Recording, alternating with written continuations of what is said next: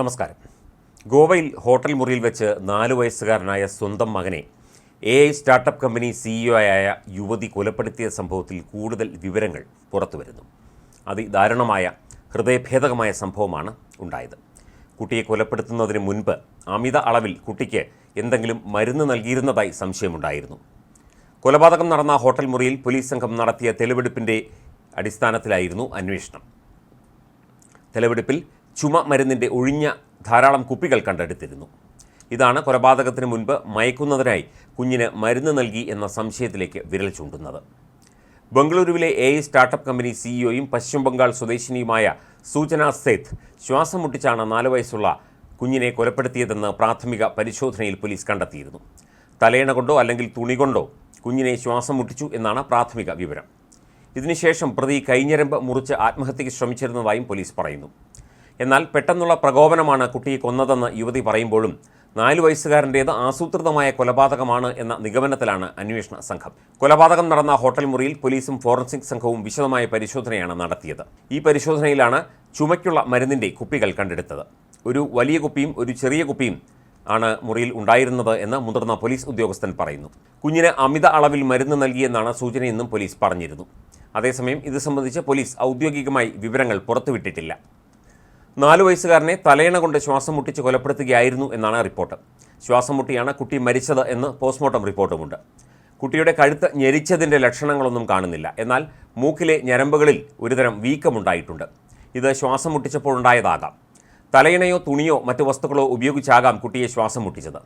ശരീരത്ത് മറ്റ് മുറിവുകളൊന്നുമില്ല, കുട്ടിയുടെ പോസ്റ്റ്മോർട്ടം നടത്തിയ ഡോക്ടർ വ്യക്തമാക്കുന്നു. കുട്ടിയെ കൊല്ലണമെന്ന് ഉദ്ദേശിച്ചിരുന്നില്ലെന്നും ഭർത്താവിനൊപ്പം വിടാതിരിക്കാനാണ് ഗോവയിലേക്ക് വന്നതെന്നും ആണ് അമ്മ കുട്ടിയോട് പറഞ്ഞത്. കുട്ടിയെ കൊല്ലണമെന്ന് ഉദ്ദേശമുണ്ടായിരുന്നില്ല, കാരണം അത്രയ്ക്കും അവനെ സ്നേഹിച്ചിരുന്നു. എന്നാൽ അവൻ പെട്ടെന്ന് തന്നെ മരിച്ചു. കുറേ നേരം ഭയപ്പെട്ട മൃതദേഹത്തിനരികെ ഇരുന്നു. കൈഞ്ഞരമ്പ് മുറിക്കുകയും ചെയ്തു. സൂചന എന്ന ഈ സ്ത്രീ താമസിച്ച മുറിയിൽ അപ്പാർട്ട്മെൻറ്റ് ജീവനക്കാർ രക്തക്കറ കണ്ടെത്തിയിരുന്നു. ഇത് ഇവർ ആത്മഹത്യയ്ക്ക് ശ്രമിച്ചതിൻ്റെ ഭാഗമായുള്ളതാണെന്നാണ് പോലീസ് വിലയിരുത്തൽ. മകനെ കൊലപ്പെടുത്തി ട്രാവൽ ബാഗിലാക്കി ഗോവയിൽ നിന്ന് ബംഗളൂരുവിലേക്ക് യാത്ര ചെയ്ത സൂചനയെ കഴിഞ്ഞ ദിവസമാണ് പോലീസ് അറസ്റ്റ് ചെയ്തത്.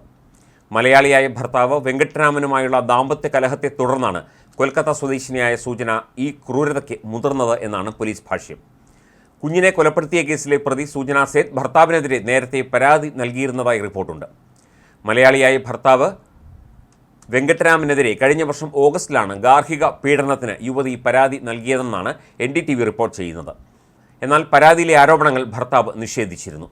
വിവാഹമോചന കേസിനിടെയാണ് ഇത്തരം പരാതി നൽകിയതെന്നും ഭർത്താവ് ചൂണ്ടിക്കാട്ടുന്നു. ദാമ്പത്യ പ്രശ്നങ്ങൾ കാരണം സൂചനയും മലയാളിയായ ഭർത്താവും വിവാഹമോചന കേസും ഫയൽ ചെയ്തിരുന്നു. കേസിൻ്റെ നടപടികൾ അവസാന ഘട്ടത്തിലെത്തിയിരിക്കെയാണ് സൂചന 4 വയസ്സുള്ള മകനെ അതിക്രൂരമായി കൊലപ്പെടുത്തിയത്.